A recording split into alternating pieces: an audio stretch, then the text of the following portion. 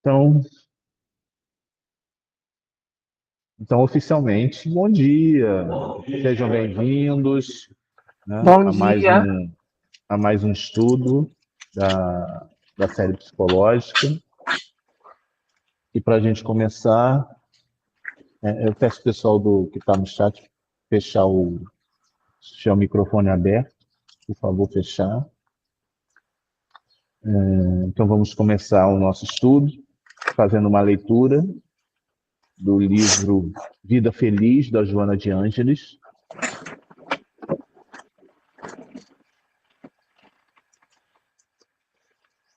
Confia sempre na ajuda divina.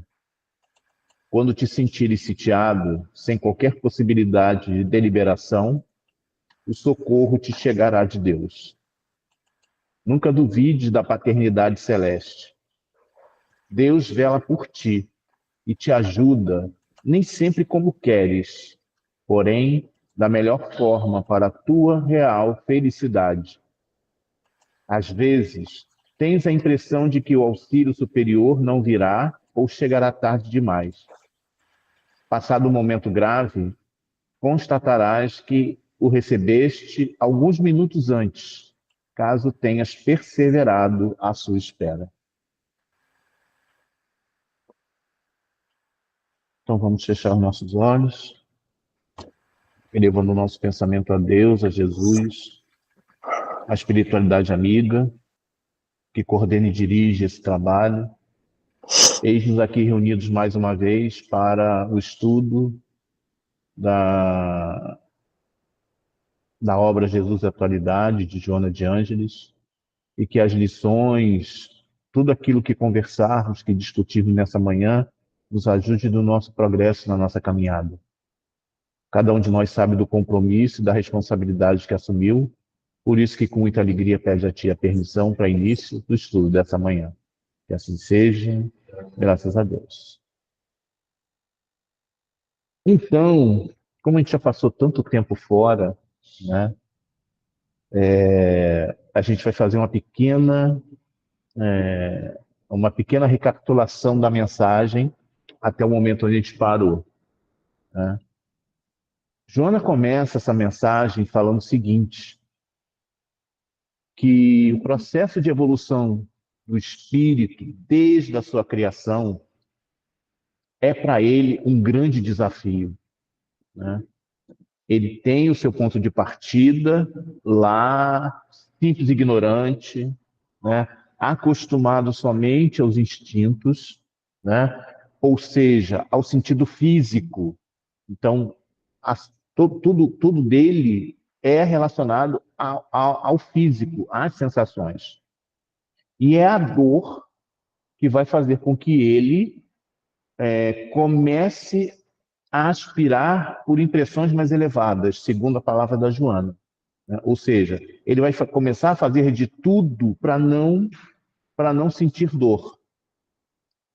E, e esse processo ele vai ficar o tempo todo em luta, né, constante contra os fatores que tentam detê-lo no estado em que ele se encontra, né? Então, muitas vezes, aquele conforto material, aquela comodidade, aquela falsa paz que nós comentamos, que Jesus vem combater, né? Essa falsa paz vai tentar manter esse espírito naquela mesma condição, sem que ele evolua, né? Só que ele, e nesses momentos de paz, ele vai querer viver sempre nesses momentos de paz, né?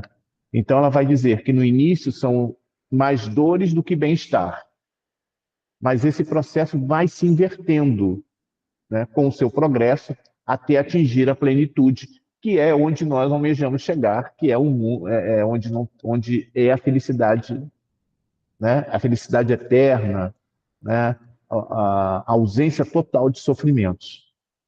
Só que esse processo ele não é fácil. Ele não é um salto, ele vai degrau a degrau. O espírito cai muitas vezes, né?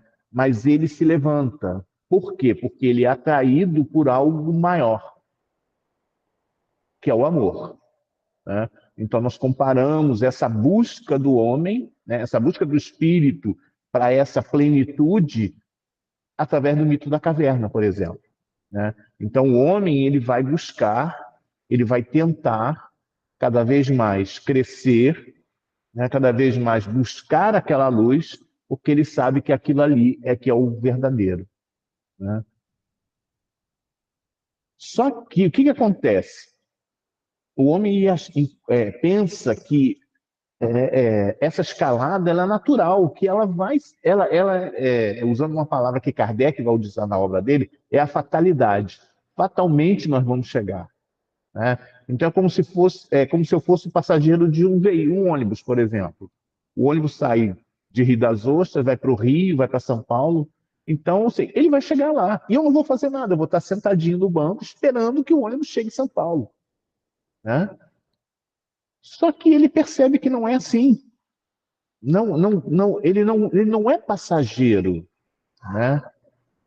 E aí, o que, que vai acontecer? Aí Joana vai dizer que as heranças passadas ressurgem. Ou seja, o que, que são essas heranças passadas? Toda a bagagem do espírito imortal.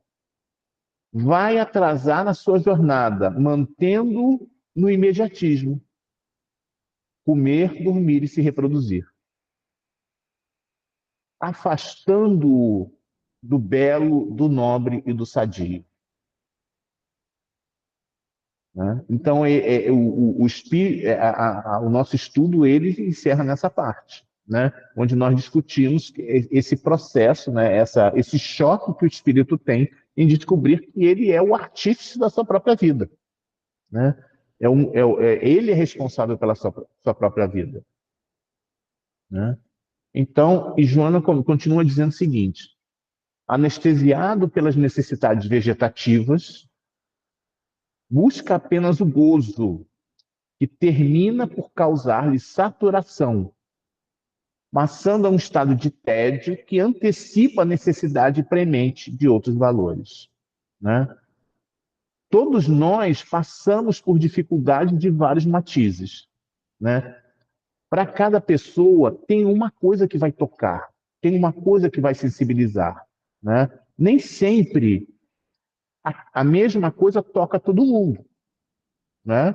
Porque eu não tenho nenhum ponto, não tenho nada, nenhum sofrimento nesse processo, né? Então, se uma pessoa que tem uma condição financeira boa diz que está infeliz, muitos outros chamam de ingrato. Nossa, como ele é ingrato. Ele tem uma casa, ele tem um carro, ele tem uma condição financeira e diz que está infeliz, ele é ingrato, né? Como é que ele. E joga essa ingratidão para Deus. Assim, Deus te deu tudo e você está sendo ingrato com ele. E essa era a angústia do jovem rico, né? Quando o jovem rico procura Jesus e ele diz assim: o que eu preciso fazer para chegar ao reino dos céus? É porque ele não tinha certeza que chegaria lá, né? Porque se ele cumprisse se ele cumprisse os mandamentos da lei, ele teria certeza de que ele chegaria lá, mas ele tem uma dúvida, né? Aí ele pergunta para Jesus: o que eu preciso fazer? Aí Jesus diz assim: cumpre os mandamentos. Aí ele diz: mas eu já faço isso. O que lhe falta? Então percebe que ele tem esse sentimento de que falta alguma coisa? Mas aí ele fala que guarda. Ele guarda os mandamentos. Guardar é uma coisa, guardando pensamento, uma música, né? Uhum. Mas ele não faz. Eu tive essa análise, pode ser, né? E outra coisa lá interessante, você colocou bastante tempo, você vê caminho. Mas quem olha para mim, como motorista, de repente você tem essa vida, você acha que você pode melhorar o tempo de viagem, o solavanco do ônibus, sendo. E aí você inverte uma coisa. Uma coisa que eu também acho interessante. Você carrega passageiros sempre junto com você. Ou seja, o outro espírito vai encarnar, desencarnar junto com você. Tem esse viés também. Então, o jovem fala assim: o que que me falta? Né? Então, percebe que, para uns, até mesmo a questão do guardar o mandamento, né, como o Marcelo colocou bem, pode ser que aquilo satisfaça aquela pessoa, né? Mas aquele jovem não. Né? E essa passagem do jovem rico é a representação desse texto que a Joana coloca. E ela continua.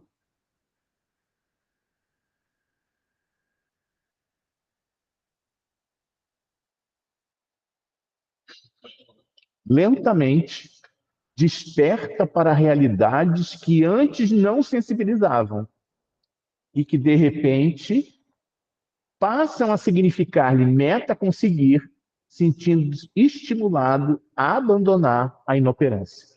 Né? Então, de novo a questão do jovem. Né? Então, ele começa a despertar para a realidade. E nós estamos nesse contexto. Né? Quando nós começamos a estudar a doutrina espírita, ou quando nós viemos à casa espírita por alguma razão, né? Por que nós viemos para a casa espírita? Porque nós despertamos para alguma coisa que antes não nos sensibilizava. Né? E aí, à medida que a gente estuda, a gente começa a entender a meta, o objetivo. E aí a gente vai começando nesse esforço. Né? Joana fala do despertar para realidades que antes não percebia. Ela fala desse lento despertar. Aí o espírita entra em desespero porque acha que a evolução é para ontem. Né? A gente pensa assim, surta, né? Porque quer colocar quer acertar débitos que vêm de centenas de encarnações. Aí quer resolver tudo de um momento só. Ter conhecimento. E acha que é só a questão de ter conhecimento. Né? E não é. E não é. Aí depois o seguinte, né? Que nesse discurso, como nós somos egoístas, que essa pode ser que você colocou, Deus você é que tem que exatamente. E aí é um problema que ele começa a ganhar também, quando ele começa a aceitar mais ninguém. André Luiz, ele vai dizer o seguinte, que a doutrina espírita não veio para salvar a Terra. Ela veio para salvar o indivíduo. Que é exatamente isso. Então, eu preciso me preocupar com a minha evolução. Eu tenho que me preocupar com a minha evolução. Ah, mas e o outro? O outro vai ter no tempo dele. Vai seguir o meu exemplo. Aí, mas é ele.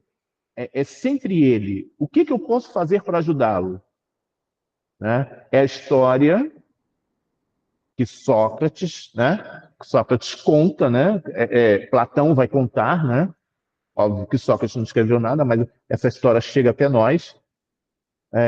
Quando questionam se Sócrates conseguiria ajudar ou conseguiria mudar a mentalidade de um dos tiranos que governavam Atenas. E aí Sócrates vai dizer o seguinte: a minha mãe é uma excelente parteira, a melhor daqui da região.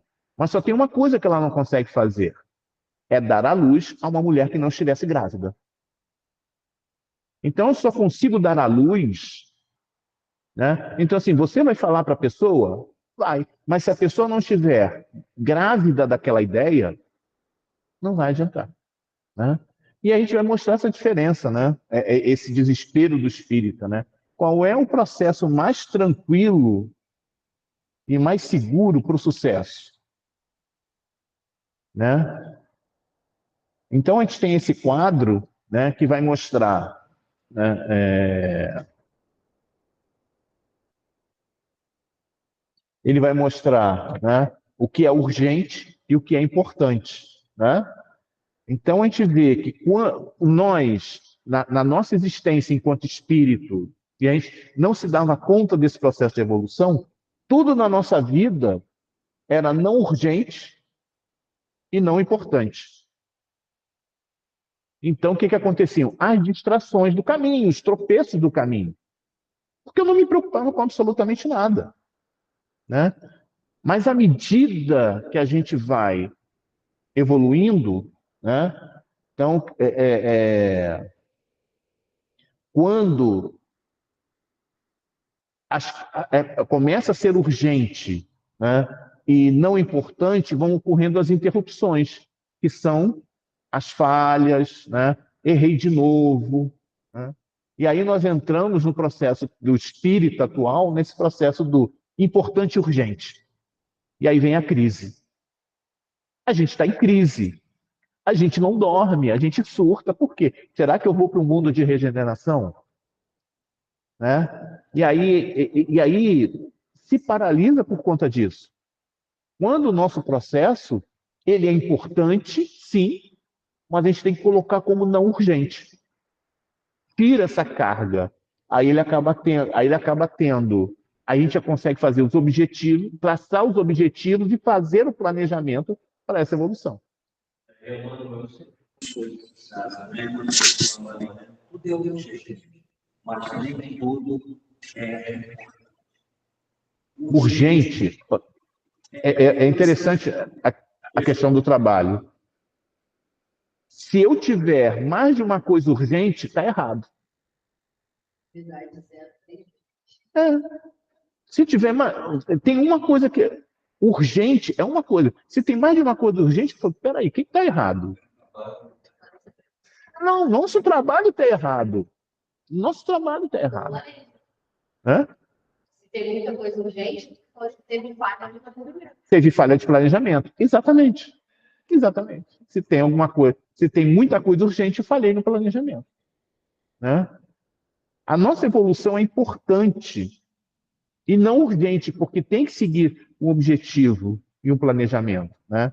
E podemos comparar a encarnação presente com a vida do espírito imortal. No início, né, não consideramos nada importante nem urgente. A gente vai viver as distrações da vida. Né? E isso vai nos trazer as escolhas equivocadas, que são as expiações, que são as interrupções ou retardamento desse processo evolutivo. E aí a gente dá conta do passivo, tudo vira urgente e importante. A gente vive a crise, que é o que a gente está vivendo hoje. Né? Eu tenho que quitar todas as minhas dívidas nessa encarnação. Né? E aí o que é crise? Né? Crise é muito interessante. Eu vivi a minha vida seguindo um certo modelo. E aí, de uma hora para outra, eu percebo que esse modelo não me serve mais. Só que eu não tenho nada que substitua ele. Né? Eu estou construindo esse modelo que vai substituir. Só que eu não quero voltar para onde eu estava, mas eu não tenho condição de ficar lá. Então, estou no meio de um limbo. Isso é crise. Né? E aí, quando nós formos meio aos trancos e barrancos, né, mas entendendo um processo, a gente for evoluindo, a gente vai chegar no equilíbrio. E aí a gente vai conseguir traçar os objetivos e planejar essa ascensão. Continua Joana. O psiquismo nele latente responde ao apelo de forças superiores e desatrela-se do cárcere celular, qual antena que capta a emissão de mensagens alcançadas somente nas ondas que sintoniza. Quando nos livramos da paranoia, o que é paranoia? Né? É uma palavra grega que significa ao lado de, ao lado de, e noia, nós, de si. Ou seja, eu fico fechado no mesmo processo. Né? A minha mente, ela fica com a mesma ideia. Isso é que é paranoia. Né? Então, a gente fica sempre com a mesma ideia. Quando a gente consegue se libertar da paranoia, né? E aí vamos para o estado de metanoia, que é além da mente. Então, a gente começa a ter pensamentos além do que a gente está tendo atualmente, nós vamos permitir que esse psiquismo divino, que é a lei de Deus gravada em nós, comece a agir. Né? É essa a ideia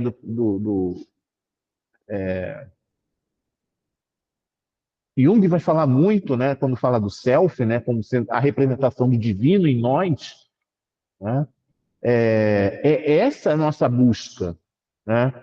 Esse psiquismo divino, né? Essa lei de Deus, é essa busca do self, do meu eu, né?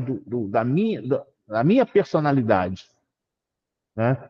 Que tem os atributos divinos ali gravados. Ele não vai dizer claramente isso, mas ele vai falar muito disso, que essa busca, né?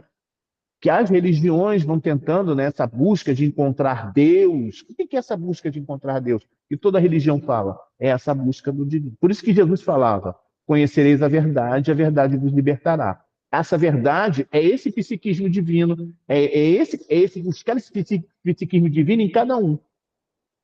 Porque em cada um vai reagir de uma forma diferente. Né? Como nós enxergamos Deus? Né? Porque cada um vai enxergar Deus de uma forma. Cada um vai enxergar esse Deus de uma maneira diferente, de acordo com o seu conhecimento, com a sua estrutura. E a religião, ela vem estabelecer um padrão para esse Deus. Esse é o objetivo da religião. É isso que a religião nos mostra. Porque sozinho eu acabo meio perdido em entender que Deus é esse. A religião, ela vem trazer uma uniformidade para esse entendimento de Deus. Então, tem religiões onde um Deus é um Deus vingativo, né? É um Deus que cobra, é um Deus que se irrita, é um Deus que me atemoriza. Tem religiões que mostram um Deus de amor. Tem religiões que mostram um Deus que é a própria natureza. Tem religiões que vão... Aí vai ter a briga se é religião ou não, que vai dizer que Deus é a causa primária de todas as coisas. Ele coloca para a gente, né, dessa divindade que todos nós carregamos, né? Talvez essa análise do sois deuses esteja exatamente no propósito de mostrar a divindade, né? Ou seja, esse grau de amor que todos nós temos. Né? Sim, tem. Vós sois Deus. Esse comentário ele está no livro de Salmos. Jesus simplesmente repete isso porque é por conta das curas, tudo aquilo que ele faz. Então, mas vocês podem fazer isso. E nós temos esse potencial, porque nós carregamos esse potencial divino. Né? Muito mais. E é interessante que quando Kardec faz a pergunta onde está gravada a lei de Deus, e os espíritos não respondem na consciência, Kardec faz uma pergunta muito interessante e para a nossa reflexão. Que ele diz assim, mas se o homem traz a consciência, a lei de Deus na sua consciência, por que nós precisamos revelá-la? Ela já não existe em cada um? Aí a resposta da espiritualidade ela é muito incisiva. Ela diz assim, o homem esqueceu. O homem a desprezou. E Deus quis que ela fosse lembrada. Então, isso ainda reforça essa ideia de que está dentro de nós que nós não sabemos utilizá-la. Continua Joana. O primeiro desafio, o de penetrar emoções novas, o atrai, impelindo-o a tentames cada vez mais complexos, portanto, mais audaciosos. O novo, o desconhecido, causam medo. Fato. Não temos... É a mais pura verdade. Né? Mas, ao mesmo tempo, geram o desejo de conhecer, de entrar por esse caminho. Foi esse desejo que fez com que nós tivéssemos toda uma tecnologia. Né? O novo, tudo isso, né? E se nós temos hoje, nós podemos estar aqui dando aula né, para um grupo aqui na casa espírita e vocês em casa, é porque houve essa necessidade, né? Ah, isso nunca existiu. Então, por que nunca existiu? Por que nós não tentamos? Né? E aí tem uma coisa interessante que em 1900, o diretor do escritório de patente nos Estados Unidos deu a seguinte declaração: brevemente, esse escritório vai fechar porque não tem mais nada que possa ser descoberto. 1900. Em 1978, o presidente de uma empresa que produzia computadores diz assim: é impossível que as pessoas tenham em casa o seu próprio computador. Para mostrar exatamente isso, né?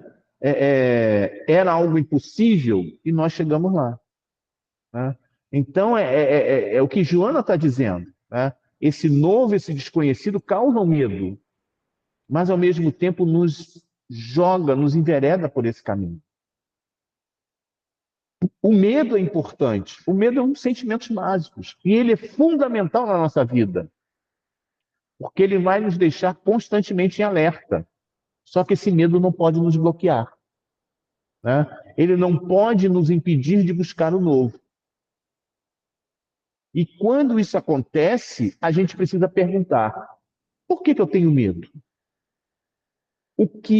Aí a pergunta mais importante: o que representa esse medo? Né? Porque a gente pode dizer que tem medo de uma coisa, medo de outra, né? Mas o que simboliza para a gente esse medo? Né? Quando eu trabalhava, tinha um colega que ele era espírita e a gente conversava muito sobre espiritismo. E aí passou uma colega, né, ouvindo, né, e ela achou, ué, vocês estão falando sobre o quê? Aí eu falei assim, aí nós estamos conversando sobre espiritismo. Ah, é aquela que fala de reencarnação? É. Você quer ouvir você quer que a gente fale para você de reencarnação? Aí ela falou assim, não, porque senão eu vou acabar acreditando que é verdade. Mas é isso, né? Por que eu tenho medo? Fala, Marcelo. Isso é tão importante que remete a gente à própria parábola do jovem rico, quando é colocado, né? Para o homem é impossível, mas para Deus tudo é possível. A gente vê isso em estudo, quando a gente mostra uma ideia que as pessoas se acham impossibilitadas de executar aquele pensamento, aquela tarefa, né? E aí que a gente entende quando ele coloca para Deus tudo é possível, porque Deus não faria nada para a gente, nenhuma meta, nenhum objetivo que fosse impossível. Isso não é inteligente. O que é impossível? Aí é a definição assim. Aí a gente vai usar a nossa palavra, né? O conhecimento que a gente tem para definir o que é impossível. Né? Santo Agostinho, ele tem uma frase muito interessante. Não vou repetir da forma que ele falou, mas a gente vai ter uma ideia. Ele diz assim: os milagres, né? Milagre é uma coisa que seria impossível acontecer, né? Ele diz assim: o milagre não é uma derrogação das leis da natureza, mas sim das leis que nós conhecemos da natureza. Então, quando Jesus curou um cego, quando ele aí tem várias vertentes sobre isso, eu não vou me alongar isso, mas quando Jesus, segundo o Evangelho, Jesus cospe no chão, pega aquela lama, passa no olho e a pessoa volta a enxergar, é um milagre. Porque a gente não faz ideia do que seria aquilo ali. Né? Mas quando a gente chega e vai estudar a doutrina espírita, qual é uma das versões, ou qual uma das possibilidades? Que aquilo seria o ectoplasma de Jesus, né? Agindo, né? Numa questão. Mas tem algo muito mais profundo do que isso. Né? Por que aquele homem? Por que aquela pessoa? Por que aquela pessoa foi curada? Porque se aquela pessoa estava cega por erro, por um processo expiatório, naquele momento, né, quando ele encontra Jesus, quando ele faz o seu processo de transformação, aquela dívida se quita. Por isso Jesus vai curá-lo. Porque senão Jesus podia curar qualquer pessoa. Tem não, óbvio, é a visão do diretor. Eu não vou entrar no mérito da visão do diretor, mas naquela série Os Escolhidos, tem um episódio bem interessante quando a noiva de Tomé é assassinada. Não sei, vou dar spoiler, porque eu sou desse, né? E aí Jesus chega quando ela está nos últimos momentos. Aí Tomé fala assim, mestre, cura ela. Aí ele fala assim, não é o tempo dela. E pode parecer chocante, e a gente fica com essa ideia que Jesus curou todo mundo. Não, Jesus não curou todo mundo. Barnabé também. E todos que curou morreram. Né? Mas por quê? Aí, né? Até Lázaro, né? O pessoal brinca, até Lázaro morreu depois, né? Mas por que esses fenômenos? Porque nada daquilo ali foi derrogação da lei da natureza. Nada daquilo foi derrogação da lei de Deus. E é isso que tem que ficar muito claro, né? É isso que tem que ficar muito claro, né? E isso vai mostrar também aquele ponto. O que é para seguir o seu caminho, vai seguir o seu caminho. Vamos lá. Experimentando este prazer ético e estético, diferente da brutalidade do primarismo, acostuma-se com ele, esforça-se para novos cometimentos, que a partir de então já não cessam, desde que, encenado um novo ciclo, o qual, espiral infinita, outro prazer se abre atraente, parecendo-lhe cada vez mais fácil. Vamos observar a trajetória de Pedro, que se encaixa nesse desenvolvimento feito por Joana. Qual era o tipo de vida que Pedro levava antes do encontro dele com Jesus?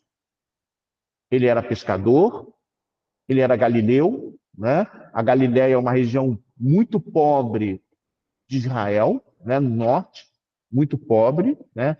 Rude e violento por conta da região que ele vivia. E estando com Jesus, ele continua sendo pescador rude e agressivo. Mas o convívio com Jesus começa a fazer com que aquele homem se modifique. E é perceptível a sua mudança até o fim da sua vida. E a gente vai ver um outro exemplo desse processo com Paulo, né? E Paulo, ele precisa de vários contatos com Jesus até começar a se afastar da brutalidade da lei de Moisés.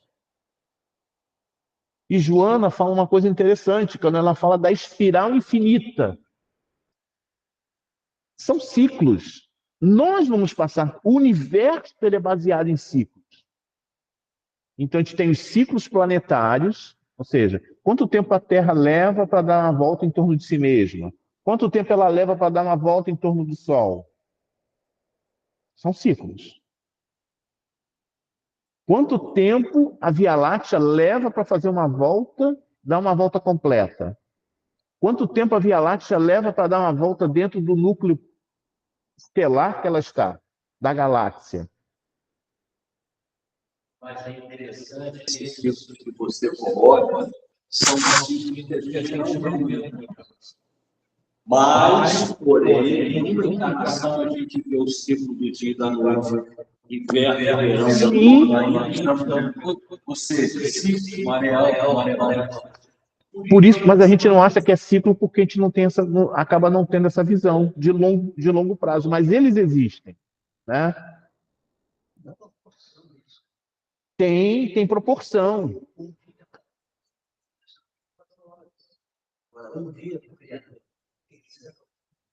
A gente tem uma ideia, por exemplo, quando diz assim, Júpiter, quer ver como é que a gente distorce isso? Júpiter leva sei lá, vou chutar um número, não sei se é 5,6 anos terrestres para dar uma volta em torno do Sol. Ele, porra, é um número quebrado. Não, não é, porque a gente está pegando medidas erradas, né? Então, isso quer dizer que o que isso mostra? Que cada um de nós tem um ciclo. Por isso que Deus fala, vamos construir, elaborar um lugar para cada um de vocês. Exato. Porque cada ser vai ter um ciclo. Né? Exatamente. E aí eu vou colocar mais um ponto, vou colocar mais um negócio nessa. Quando a Lua dá uma volta em torno da Terra, quando ela volta, ela não volta no mesmo ponto, porque a Via Láctea já se deslocou. Então ela não volta no ponto no início, né? Heráclito, que é um filósofo grego, ele vai dizer que nós não nos banhamos duas vezes no mesmo rio, porque nem o rio, nem nós já somos mais os mesmos na segunda vez.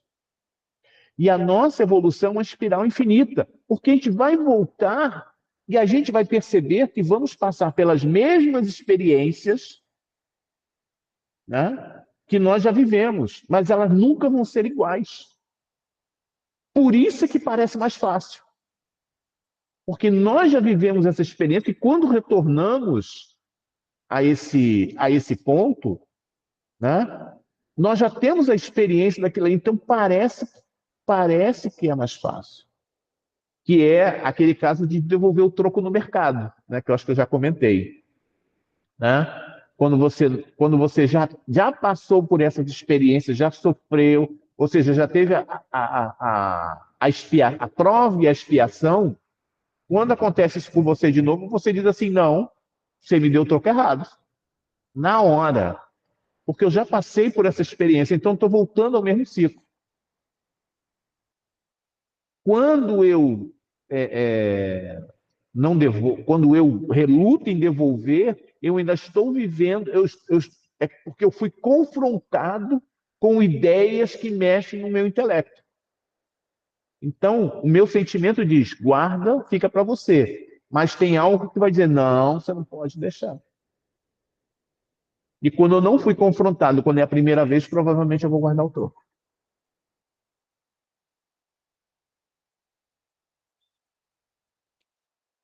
Tudo na vida são desafios às resistências. A lei da entropia degrada a energia que tende à consumpção para manter o equilíbrio térmico de todas as coisas. Envelhecimento e morte são fenômenos inevitáveis do cosmos biológico e no universo. Calma, aí eu vou falar. A gente vai falar. Tia Joana nos dá aula de termodinâmica. Odilon Fernandes, que é um espírito que traz as comunicações através de Carlos Bacelli, ele vai nos dizer o seguinte, que o estudo nos força a ir contra a nossa própria vontade. Né? Porque nós vamos sempre buscar aquilo que é mais confortável, que cause menos dor. Por isso o estudo é uma resistência. O autoconhecimento é uma resistência, porque eu vou lutar contra aquilo que me deixa confortável. Né? Então, é essa a ideia. Por isso é que a gente precisa estar sempre estudando, porque a gente vai ter esses confrontos, né? A gente vai ter essas confrontações. E aí a gente vai falar um pouquinho de termodinâmica. Né? Entropia é um conceito que mede a desordem das partículas do sistema físico. Nada, né?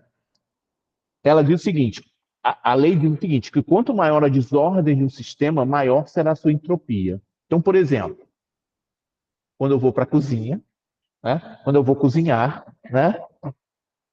A cozinha está toda arrumada, né? Os utensílios estão nos seus lugares, as panelas, os mantimentos, está tudo direitinho. À medida que eu vou cozinhando, eu vou tirando tudo de lugar. Isso é entropia, né?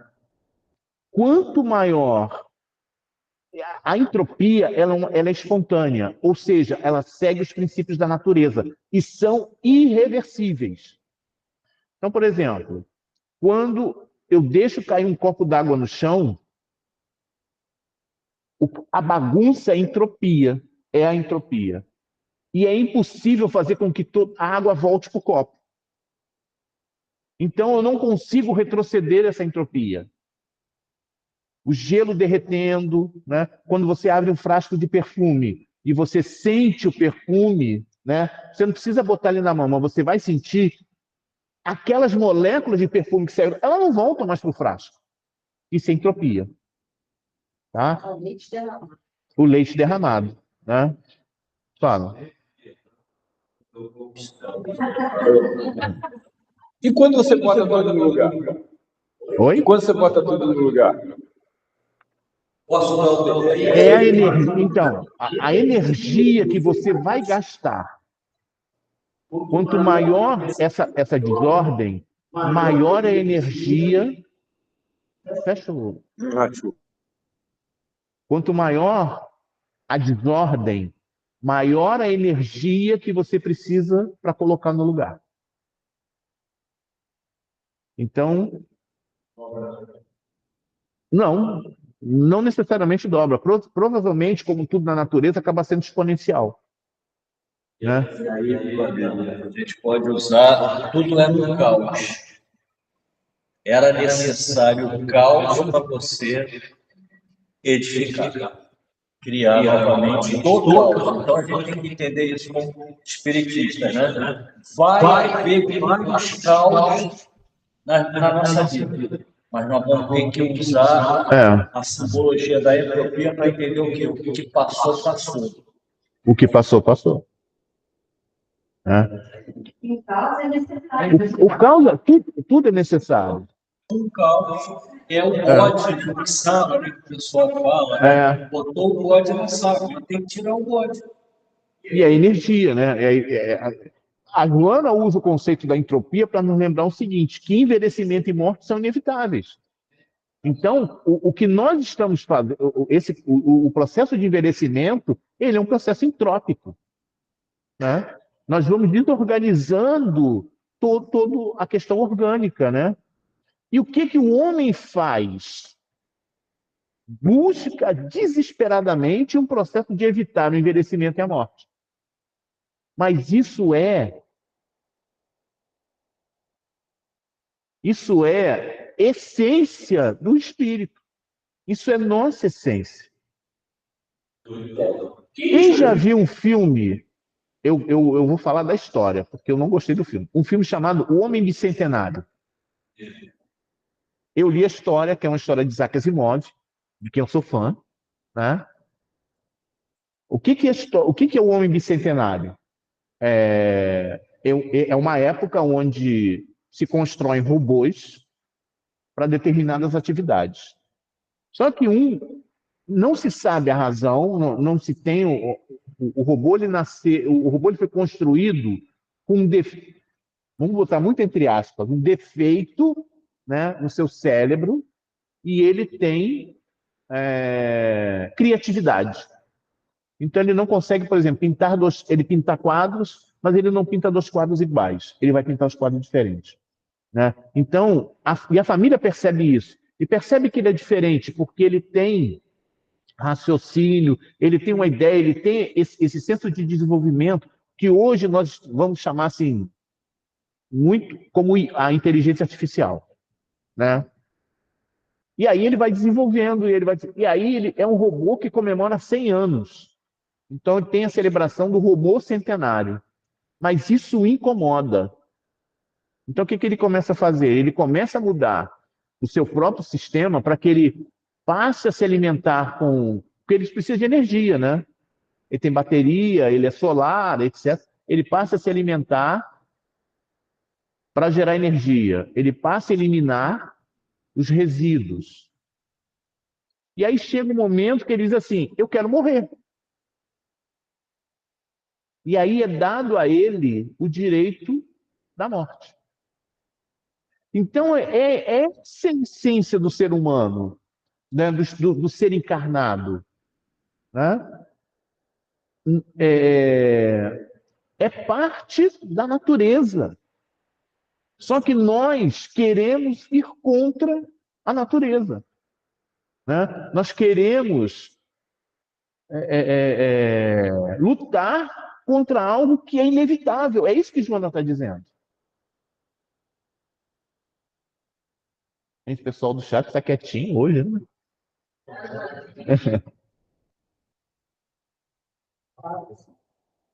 Contrário, teve um filme, se não me engano, o homem que não queria morrer.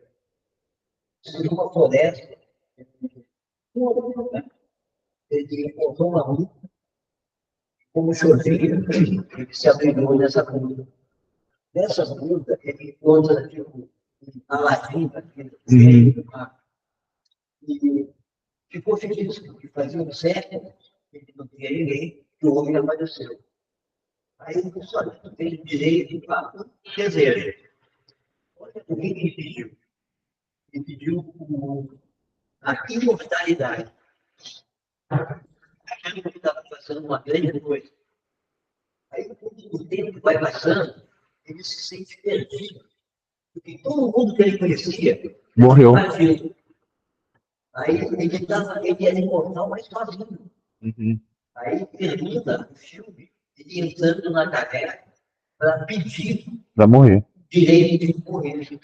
Aí termina o filme. Então, tem pessoas, então assim, a psicologia, né? Você já deve ter ouvido falar numa coisa chamada síndrome de Peter Pan, né? A síndrome de Peter Pan é exatamente isso, é o desejo de não envelhecer, de continuar jovem, etc, etc.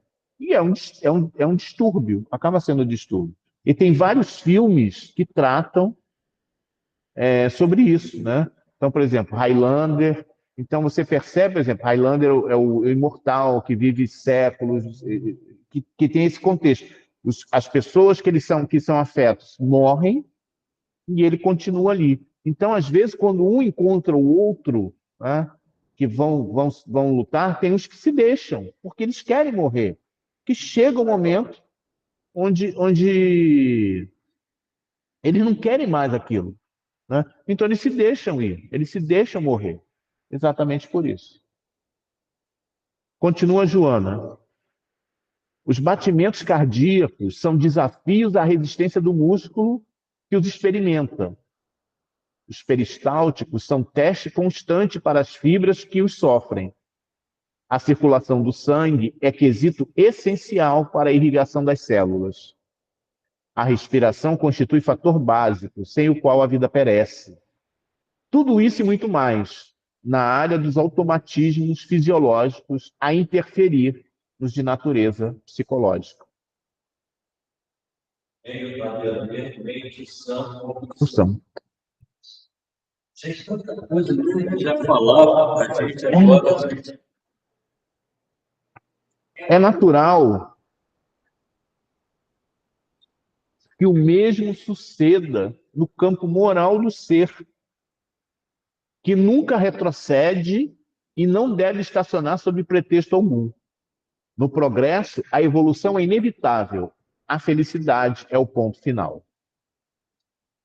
É interessante quando a Joana fala que a fisiologia do organismo interfere no psiquismo, assim como o psiquismo interfere na fisiologia orgânica. Então, um interfere no outro. Né? Então, a dor física vai nos trazer questionamentos, vai interferir nesse caminho.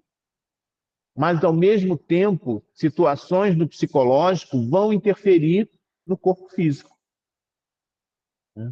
E aí, a Joana tá desenvolvendo um pouco, né? Quando ela fala da questão das dificuldades da vida, essas dificuldades da vida são as vicissitudes, provas, expiações, karma, conforme a gente queira chamar. E aí a Joana nos convida a chamá-los de desafios. Então não é uma dor que eu estou sofrendo, é um desafio que eu estou passando, né? Pegando como referência o corpo físico, é sempre necessário um esforço para vencer os desafios da vida, né? Então nós conseguimos beber água de cabeça para baixo, né? Por quê? Porque os movimentos peristálticos, eles vencem a gravidade. Quando a gente mergulha, o diafragma, ele consegue vencer a força, a pressão da água sobre o peito. Então ele consegue manter, porque a tendência é que esmague, mas o diafragma, ele mantém essa força, né?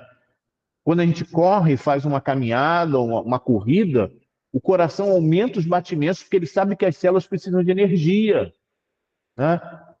Então, o que são isso? Reações a situações pelas quais a gente passa na vida. E quanto mais difíceis e mais complexos esses desafios, a inteligência do homem se esforça para superá-los. De novo, isso é inevitável. Mas a gente sempre se queixa, a gente sempre reclama. E aí eu vou trazer uma questão do Livro dos Espíritos que me deixa envergonhado. Questão 909. O homem poderia sempre vencer suas más tendências com seus próprios esforços? Sim, e às vezes até com pouco esforço. O que lhe falta é a vontade. Como são poucos os que se esforçam. Por que falta vontade? Cada um tem um motivo. Cada um tem uma razão para não ter vontade, né? Mas é o que o texto fala, né? Nós podemos vencer o mal que nos envolve? Sim, podemos vencer o mal que nos envolve. Fala. Analisando o que você coloca, é só interessante. Ou esforço, mas muita vontade. Então, a coisa não é física. Ela é da psique. Uma coisa interessante, o Ladeira, a gente às vezes não entende que o filho do Haroldo, e a gente ouve Haroldo, porque a gente gosta de Haroldo, eu e você, tenho certeza, né?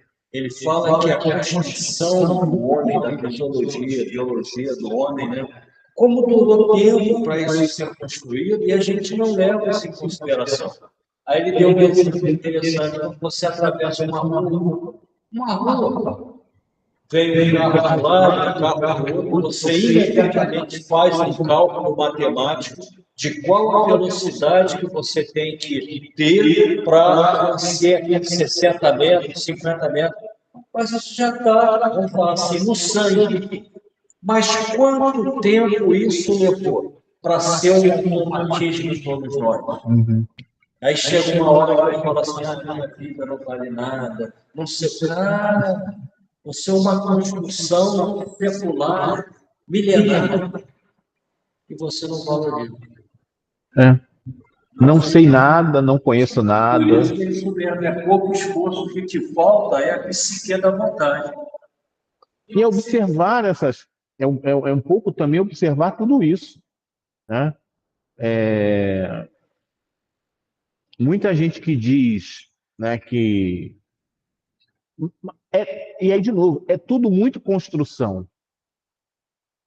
Porque se alguém diz para você que você não tem capacidade, você compra essa ideia como verdadeira.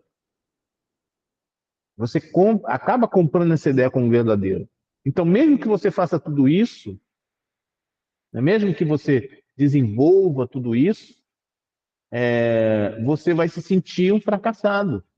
Mesmo que você consiga, exatamente pegando esse exemplo que é fantástico, né? Que você está envolvendo aí leis da física, que a gente estuda na escola. E aí você consegue fazer isso e nós nos consideramos que não aprendemos, que não conseguimos fazer nada. Não cabe ao homem retroceder na luta. Olha que interessante isso. senão para reabastecer-se de forças e prosseguir nos embates. O crescimento de qualquer ideal é resultado dos estágios inferiores vencidos, das etapas superadas e dos desafios enfrentados. Né? Então, é o que na guerra, né, na parte tática, se fala de recuo estratégico. Né? Então, eu volto alguns passos para ter uma visão mais ampla, para depois saber recompor a força e saber onde eu vou, para onde eu vou seguir. Né? E a gente sempre... E eu percebo muito isso, né, na parte das análises, né, quando você vai conversar com certas pessoas, até no acolhimento, né, a pessoa diz assim: "Ai, há 20 anos eu fiz uma escolha que arruinou a minha vida.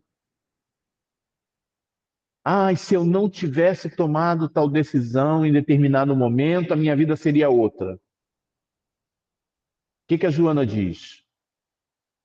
O crescimento de qualquer ideal é resultado dos estágios inferiores vencidos, das etapas superadas e dos desafios enfrentados. Então, hoje eu sou aquilo que eu adquiri, o que eu construí a partir do meu passado.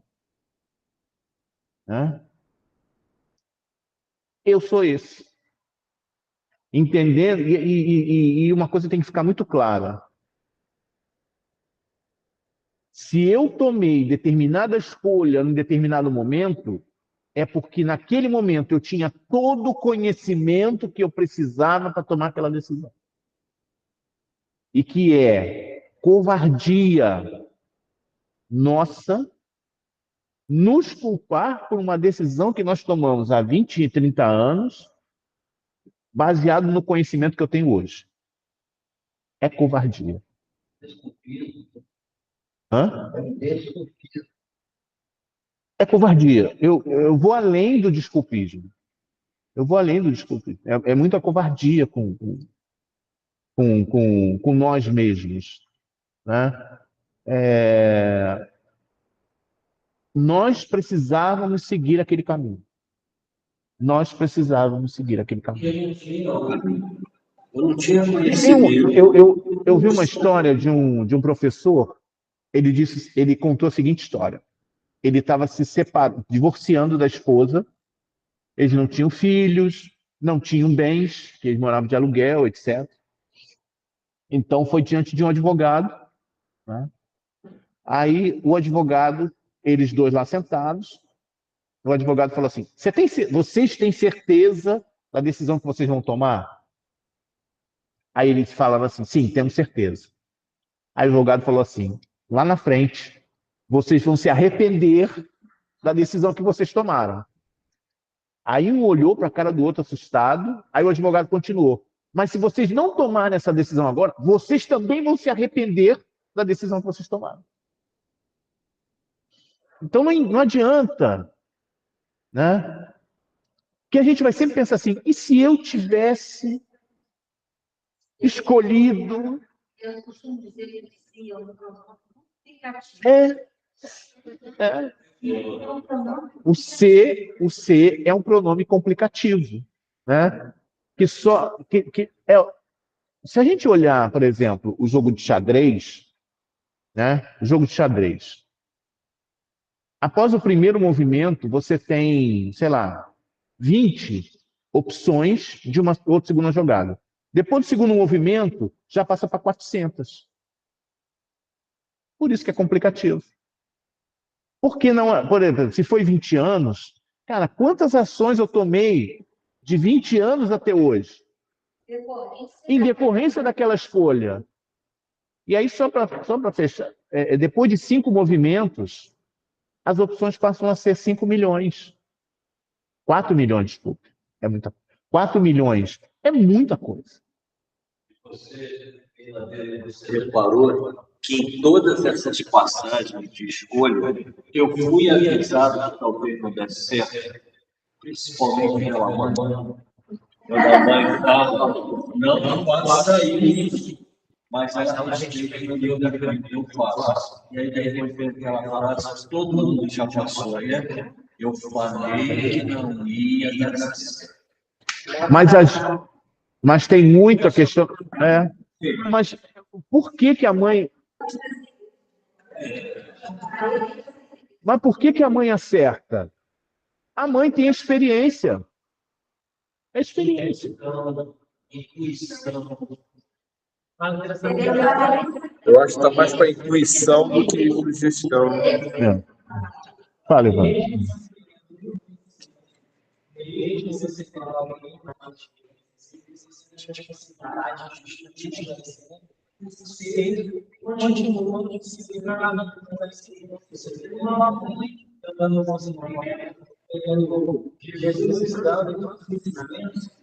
Que você precisa passar.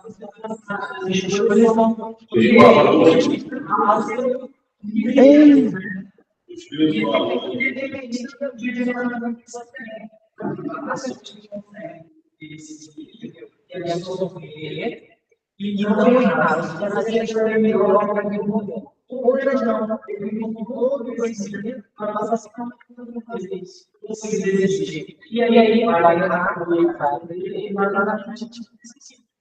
Eu acho que é mais assim, provavelmente, eu não tem muito esse jornalista. Se eu tivesse tudo que eu vivi, eu fiz com consciência. Então, nós não saímos do melhor resultado.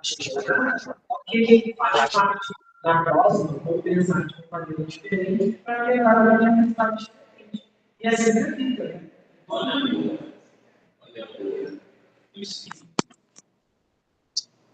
Valores, né? Qual o teu nome? Eva, valores, né? Valores que modificam. Por isso que não vale assim para o outro, né? Ó, você antigamente pensava assim, sim, mas eu evoluí. O resultado será igual.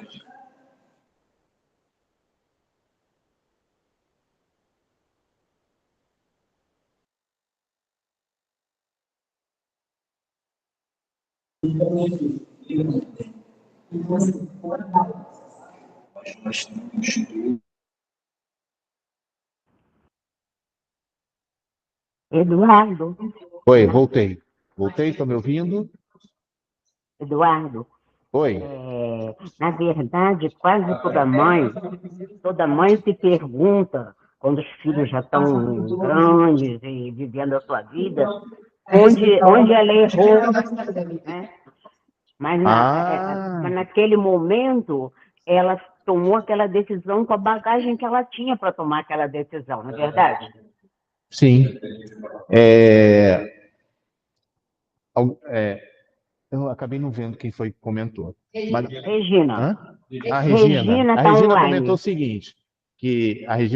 seguinte, que a mãe, aí estava comentando agora, que fala, a mãe, em determinado momento, fala assim, onde foi que eu errei? Que aí vem de novo vem a questão dos complexos, né? Muito. Então, quais foram as decisões, qual era o momento em que eu precisei tomar aquela decisão, né? Qual era o momento que eu precisei tomar aquela decisão? Só que, dependendo, a gente precisa entender o seguinte: o filho, ele é um espírito, né? Independente, com a sua bagagem, com o seu conhecimento, com tudo, com experiências provavelmente diferentes das nossas, né? Então, eu não tenho controle sobre aquele ser. Eu vou ter controle quando? Até a adolescência, né? Até os 7 anos o espírito não se lembra, né? Então ali eu vou incutir tudo aquilo do bem, do bom, do belo, né? A honestidade, toda a questão moral, todo o caráter moral. Na adolescência, ele vai começar a se confrontar com a bagagem que ele carrega e tudo aquilo que ele aprendeu. E aí, por isso é que o adolescente entra em conflito, porque ele tá equilibrando Duas coisas provavelmente diferentes que ele viveu. E aí, quando ele passa disso, ele vai escolher o que ele acha melhor. Né? Então, se você pegar a pergunta no Livro dos Espíritos, quando fala sobre essa questão do pai, da mãe, né, da responsabilidade deles, o pai e a mãe têm que ter a consciência de que fizeram melhor por aquele filho. Mas se ele resolveu seguir um outro caminho, é livre-arbítrio dele. Agora, quando a mãe fala assim, onde foi que eu errei, aí ela está trazendo para si uma culpa que não tem. Né? Mas por que está trazendo essa culpa? Né? E essa pergunta que a mãe precisa fazer. Né? Eu fiz tudo que estava ao meu alcance para dar para essa criatura o melhor possível? Né? E é isso que os espíritos vão responder. Se eu tiver a consciência de que eu fiz tudo correto, eu não tenho que ficar me lamentando porque foi escolha dele. Mas eu prefiro, né? Por exemplo, que aí vem os outros conceitos, que aí vem o conceito. Muitas vezes a mãe, ela não aprende que a ficha não cai de que o filho cresceu. Então o filho de 40 anos, ele não é uma criancinha. Eu acho que a pergunta, né, onde foi que eu errei, está muito voltada nisso. Né? Porque ela acha que aquele filho dela que é rebelde, que bebe, que faz isso, que faz aquilo, que não ouve os conselhos, que não sei o quê. Eu errei na educação. Não, você não errou na educação. Mas ele resolveu seguir um outro caminho. Só que sempre a gente tem que parar para pensar que aquilo é como se fosse a parábola do filho pródigo. Né? O filho diz assim, eu vou embora, eu vou fazer o que eu quero, eu não sei o quê, eu não quero saber dos teus conselhos. Só que ele vai lá na frente e ele vai quebrar a cara. Né? Ele vai quebrar a cara. E aí ele vai perceber o seguinte, nossa, que o meu pai e minha mãe falavam estavam certos. Né? Só que nós temos a questão do imediatismo para ontem. Né? A gente acha sempre que é o para ontem. Espera só um instantinho.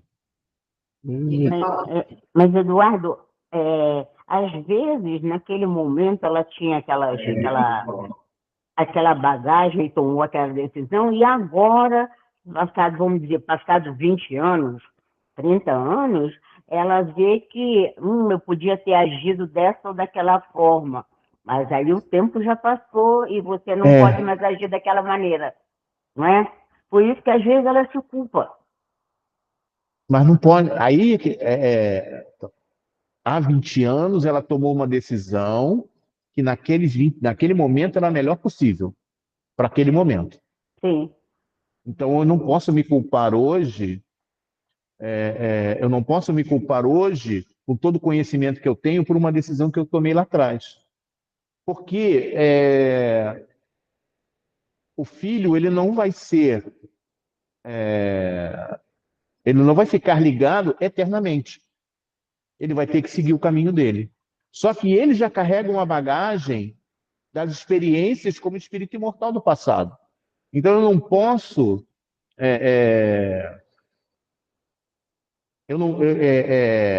muita crueldade até com a própria mãe querer que ele siga aquele modelo que ela imaginou que seria, porque não vai seguir, porque ele tem a sua bagagem.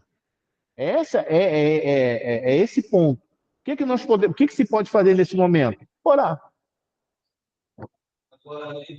Peraí, só deixa Tá. E a Renata colocou que a mãe não via aquele como suas decisões. Pode falar, Bia.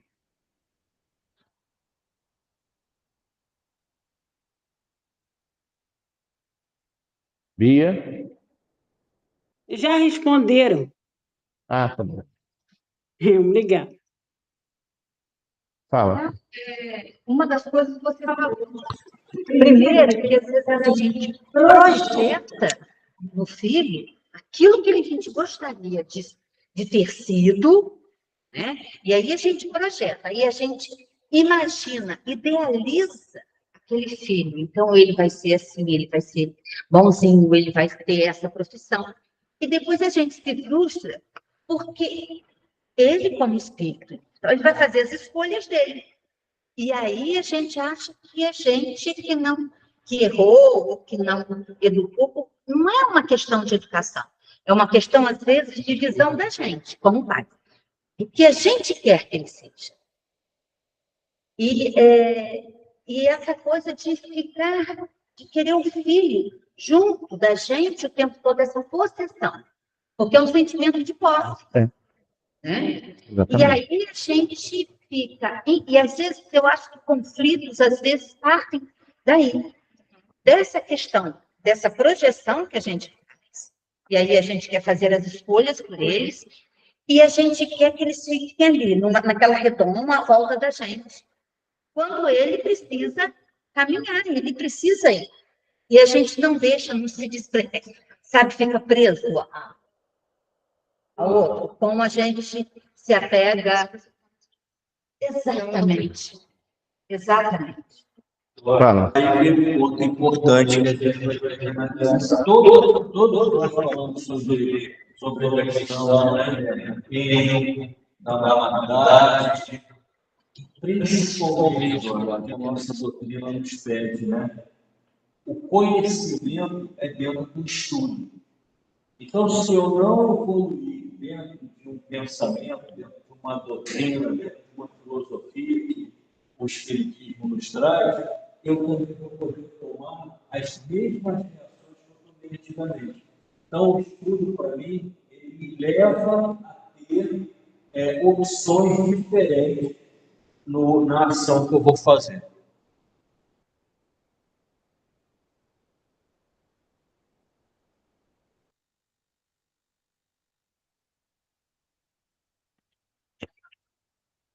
Então vamos lá.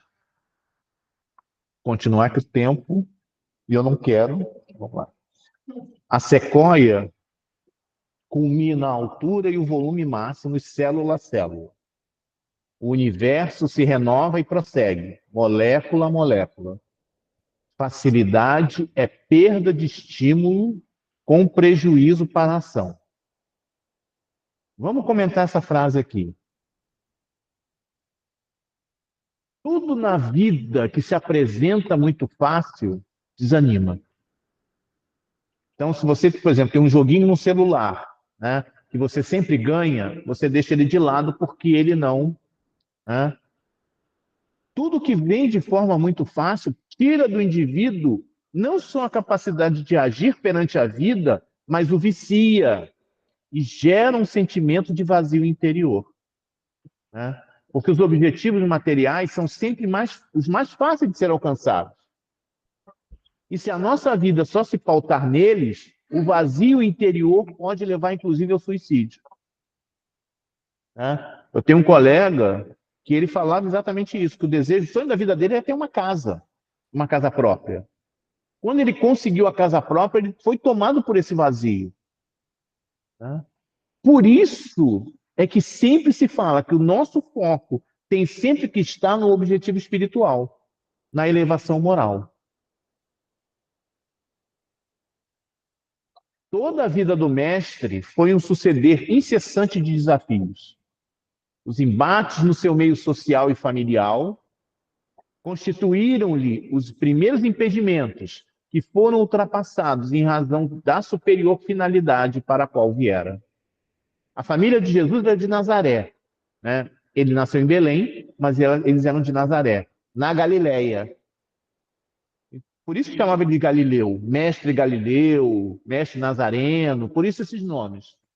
E ser da Galileia era motivo de zombaria. Então, quando Nicodemos esteve com Jesus, né, aquela passagem lindíssima que está em João, né, a gente vai ver em João mais à frente, Nicodemos querendo falar para os outros iguais sobre esse homem. Né? E aí todo mundo fazendo chacota com ele. Né? Aí Nicodemos vai dizer assim, mas a nossa lei condena um homem sem primeiro o ouvir? né? Quer dizer que nós vamos condená-lo sem trazê-lo para cá para ouvir. Aí alguém diz assim para ver: você é da Galileia? Examina e verás que da Galileia nenhum profeta surgiu. Que é a questão da discriminação, né? Ele não aceitou carregar o fardo do mundo em caráter de redenção dos outros, mas ensinou a cada um a conduzir o seu próprio compromisso em paz de consciência. Não assumiu tarefas alheias, nem demonstrou como fazê-las, nem deixou de demonstrar como fazê-las. No entanto, altaneiro sem presunção, tampouco sem submissão covarde.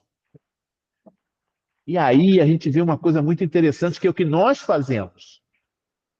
Na nossa vida, nós vestimos a capa do super-homem ou a roupa da Mulher Maravilha.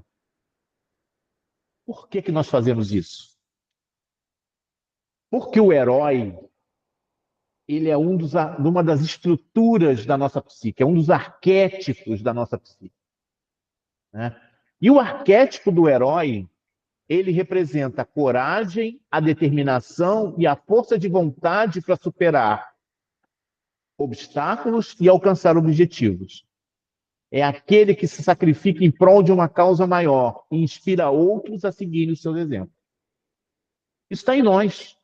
Isso é uma estrutura que existe em nós. E aí a gente consegue entender por que filme de super-herói faz tanto sucesso. Porque eles são... ali na tela está mostrando exatamente aquilo que a gente quer ser. Então tem um colega que ele falou assim, ele foi ver o filme acho que do Super-Homem, se não me engano, uma dessas... E ele falou assim: eu estou indignado. Aí eu falei assim: mas indignado por quê? Porque o Super-Homem, ele se angustia. É. Porque ele tem um momento de angústia. Aí você percebe que o super-herói não pode ter isso. Nós nos identificamos com o herói porque todo herói tem uma história de dor e sofrimento. Aquele que foi abandonado, aquele que foi ridicularizado, aquele que foi ignorado. Mas uma ação externa, algo externo, faz com que ele traga para si uma missão.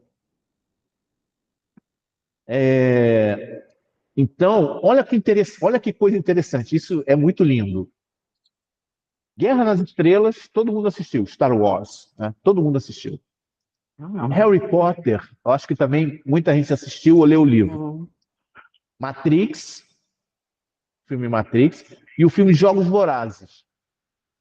Eles todos têm a mesma coisa em comum. Todos eles têm a mesma coisa em comum. O protagonista. Se vocês perceberem a história de Luke Skywalker, ela é igualzinha de Harry Potter. Alguém que estava largado, abandonado em um determinado lugar, e aí vem uma missão. Para Harry chega uma carta. Para Luke aparece aquele robô com a imagem de uma moça, dizendo para ajudá-la a salvar. Né? Matrix, chega alguém com 2 pílulas para ele escolher qual é o mundo que ele quer ir. E a partir daí tem todo um desenvolvimento. Né? Jung, ele vai dizer que a nossa vida ela está relacionada com o mito. O que Jung quer dizer? Que a nossa história, os mitos, sejam eles egípcios, gregos ou romanos, africanos, os mitos indígenas, os hindus, os africanos, todas essas histórias, de certa forma, são experiências que alguém em algum momento viveu na vida e que estão sendo ali contadas. E que esses mitos, eles representam alguma coisa na nossa vida. E quando um jovem chamado Joseph Campbell, ele vai estudar Jung, ele vai estudar esse processo, chama a atenção dele, e ele começa a fazer o quê? Estudar mitologia. Né? E Campbell escreve um livro chamado O Herói de Mil Faces, onde ele vai desenvolver esse mito do herói, que a gente pode resumir da seguinte maneira. A aventura usual do herói começa com alguém de que algo foi tirado ou que sente falta de algo na experiência normal disponível ou permitida aos membros da sociedade. A pessoa, então, embarca em uma série de aventuras além do comum, seja para recuperar o que foi perdido ou para descobrir algum elixir que dá vida. Geralmente é um ciclo, uma vinda e uma volta.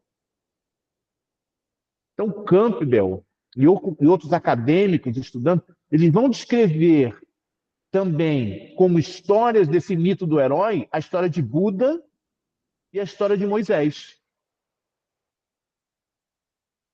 Freud, ele tem um livro, eu estou para estudar esse livro, que ele é Moisés e o Monoteísmo, onde ele vai desenvolver essa história de Moisés como um herói.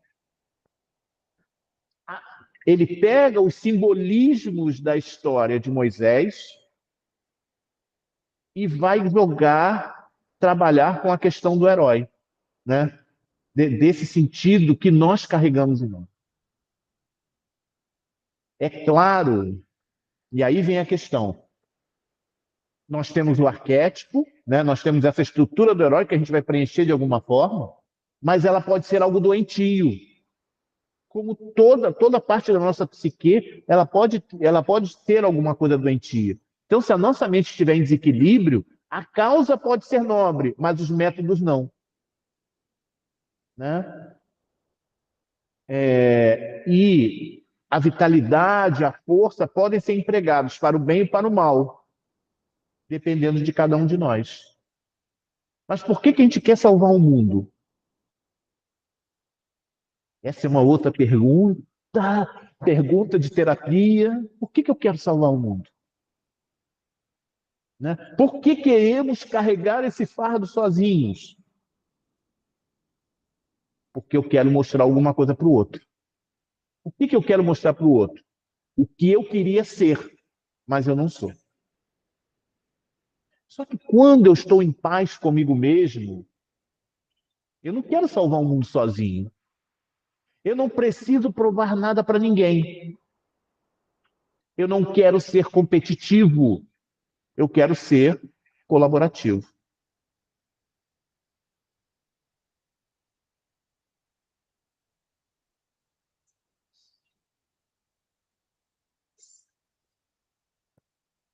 Os desafios da sociedade injusta e arbitrária chegaram-lhe provocadores, mediante situações, pessoas e circunstâncias. Apesar disso, ele continuou íntegro, enfrentando-os sem ira ou medo. Passou aquele tempo.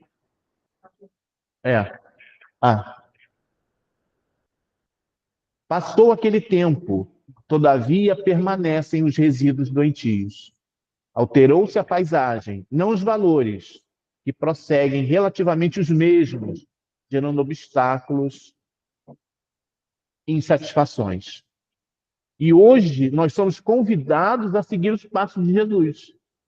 Estamos passando por momentos de muita dificuldade. A nossa fé e a nossa crença estão sendo colocadas à prova. Antes, era o Império Romano. Hoje é a sociedade consumista, que nos impõe valores. Antes eram os fariseus e os doutores da lei. Hoje são os influenciadores digitais, que nos impõem as ideias. E tanto ontem, em Jesus, como hoje, pensar é um ato revolucionário que vai desafiar toda uma cadeia que procura nos manter sob o jugo das coisas mundanas. Por isso Jesus, ele foi combatido na sua época. Por isso que Jesus foi morto. Porque ele nos convidava a pensar. Ele nos convidava o tempo todo. Então, quando ele curava, o que ele falava para a pessoa? Não peques mais. Vá e não peques mais. Tem outra palavra. Não peques mais. Não peques mais. O que esse não peques mais ou esse não erres mais quer dizer? Avalia o que você passou. E tente, busque perceber o que causou aquilo em você. É esse convite ao pensamento que nós estamos sendo tirados. Então, quando a gente vê vídeo de 30 segundos, e a gente se habitua a ver vídeo de 30 segundos, a gente não quer mais assistir uma palestra. A gente não quer ler um livro de 200 páginas. Por quê? Porque a gente acha que naqueles 30 segundos eu consigo resumir tudo. É um pensamento muito curto, né? Então, por isso que pensar é um ato revolucionário, porque está nos jogando contra todo um modelo que existe, né? Tentando nos manter sobre esse jugo. E aí Joana diz, enfrenta os desafios da tua vida serenamente. Não aguardes comodidades que não merecem. No livro Paulo Estevão, tem uma passagem que Paulo está em Filipos, na cidade de Filipos, e ele está ali em praça pública pregando, né, o evangelho. Aí quando ele termina, uma mulher lá no fundo, ela grita, recebei os enviados de Deus Altíssimo, eles anunciam a salvação.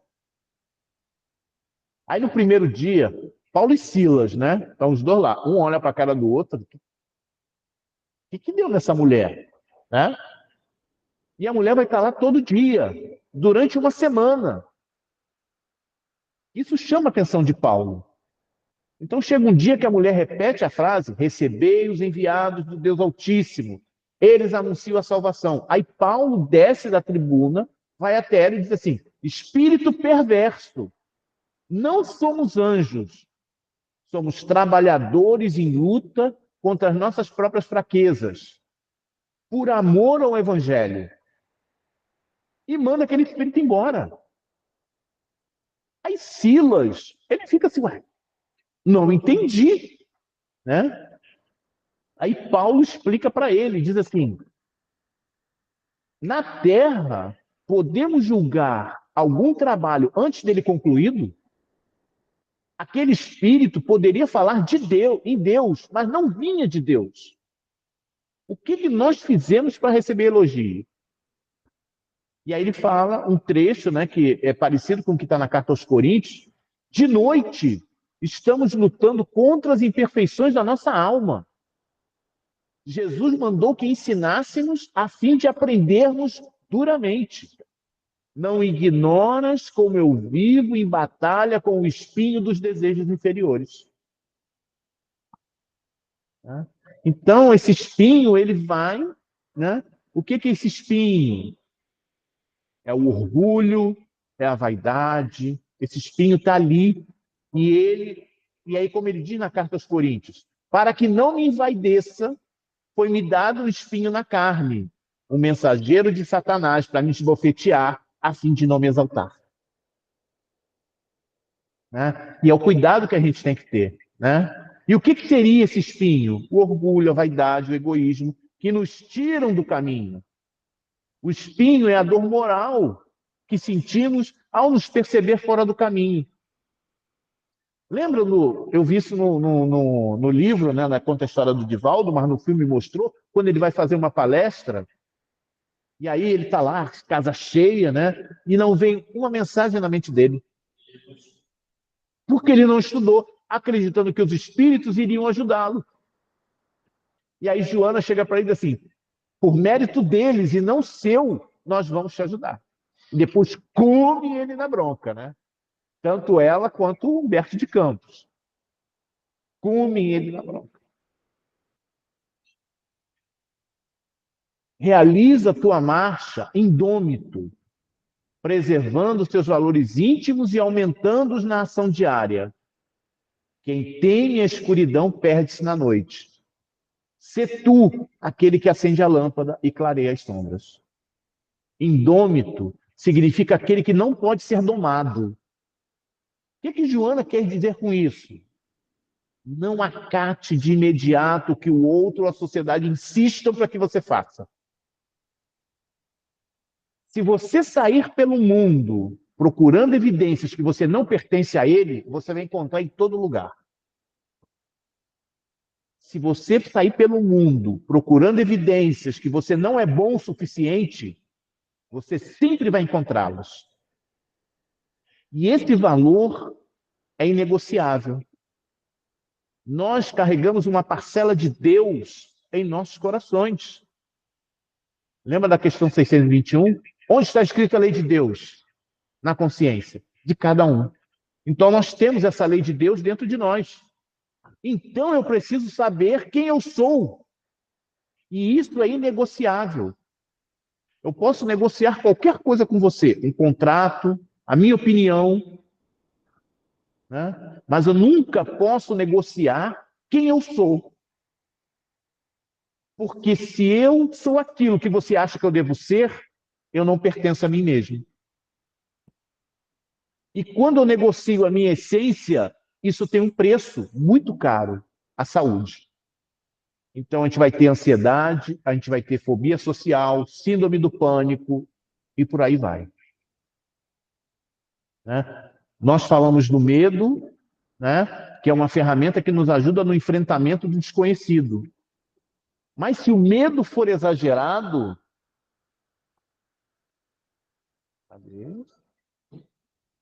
imobiliza-se, perde-se a capacidade de raciocinar, perde-se na noite. E aí, Joana, a gente já está fechando? Tem hora que ele avança. Enquanto não tivermos... Nós vamos estudar esse livro, tá? Não sei quando, mas nós vamos estudar. Enquanto não tivermos consciência das nossas próprias possibilidades, autoconhecimento, vamos ser envolvidos em conflitos destrutivos ou fugiremos para estados depressivos que vão nos dominar e inviabilizar a evolução, pelo menos momentaneamente.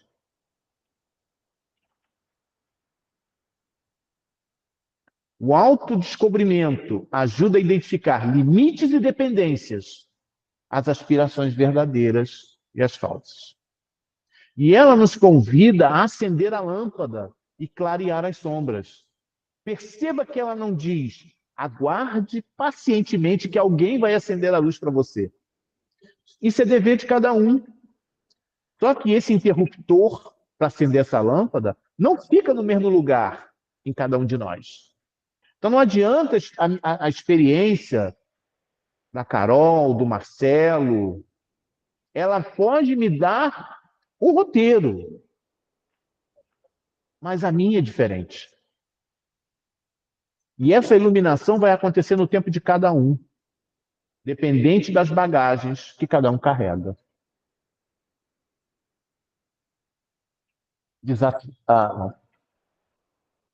Desafiado, Jesus venceu. Segue-o e nunca te detenhas ante os desafios para o teu crescimento espiritual. E esse convite que a Joana faz para que sigamos Jesus tem uma coisa muito interessante. Como é que nós enxergamos a divindade? Deus desperta em nós amor ou temor? Ele é um pai ou ele é um tutor? Qual é a diferença? Tutor é o homem que bate no seu cachorro para que ele possa obedecer. Né? E aí nós estamos usando uma simbologia, tá? A experiência religiosa, ela tem que ser uma experiência espontânea e amorosa, não uma experiência de adestramento. Se você levantar a perninha, Deus vai te dar um biscoitinho. Se você não bater palminha, Deus vai te mandar uma praga. Se você não fizer isso, Deus vai tirar aquilo. E a gente vê um condicionamento. Não tem uma proposição de um crescimento espiritual pelo amor. E eu já vi pessoas que dizem assim, é tão difícil o evangelho que ele parece uma imposição para mim. Que é um conceito militar. Então a pessoa olha o evangelho como um conceito militar. E aí, quando você conversa com essa pessoa, vai descobrir que o pai era autoritário. Então, o evangelho acaba sendo autoritário também. Por quê? Por conta dessa influência. E quando a nossa experiência está pautada, a nossa experiência com Deus está pautada no amor, que é o que os gregos vão chamar de ágape. Né? O que é ágape? Porque os gregos têm 3 tipos de amor. O amor amizade, o amor relacionamento amoroso, afetivo, e esse amor respeito, amor de intimidade, amor de misericórdia, que é o amor de Deus com Jesus, é o amor de Jesus com os discípulos e é o amor de Deus com o mundo. E a gente encerra esse texto com o convite que nos foi feito na questão 625 do Livro dos Espíritos. Quando Kardec pergunta qual o tipo mais perfeito que Deus tem oferecido ao homem para lhe servir de modelo e guia? Jesus. O que é modelo? Coisa ou pessoa que serve de imagem ou padrão a ser imitado, ou como fonte de inspiração. E guia é a pessoa que acompanha ou dirige outras para mostrar o caminho. Então é assim que a gente tem que ver Jesus. Buscar imitar as suas ações e deixar guiar-se pelos seus conselhos. E assim, queridos amigos e amigas, encerramos o nosso estudo dessa página, né? Agradecendo a todos pela presença, por estarem aqui, né? Trazendo as suas ideias, as suas percepções, que o estudo avança desse jeito. Né? Então, como a gente já passou um pouquinho do horário, a gente vai fazer a nossa prece de encerramento. Né? Então, agradecendo, vamos fechar os olhos e agradecer a Deus, a Jesus, aos amigos espirituais, por mais essa manhã de estudos e reflexões, e que tudo isso possa nos ajudar no nosso processo, na nossa caminhada, no nosso desenvolvimento. Que possamos retornar, aqueles que estão aqui na casa, que possamos retornar para os lares em segurança, e que todos nós possamos ter um dia de muita paz, muito abençoado, e a preparação para uma nova semana de muito trabalho e muito desafio. Que assim seja, graças a Deus. Graças a Deus. Então, gente,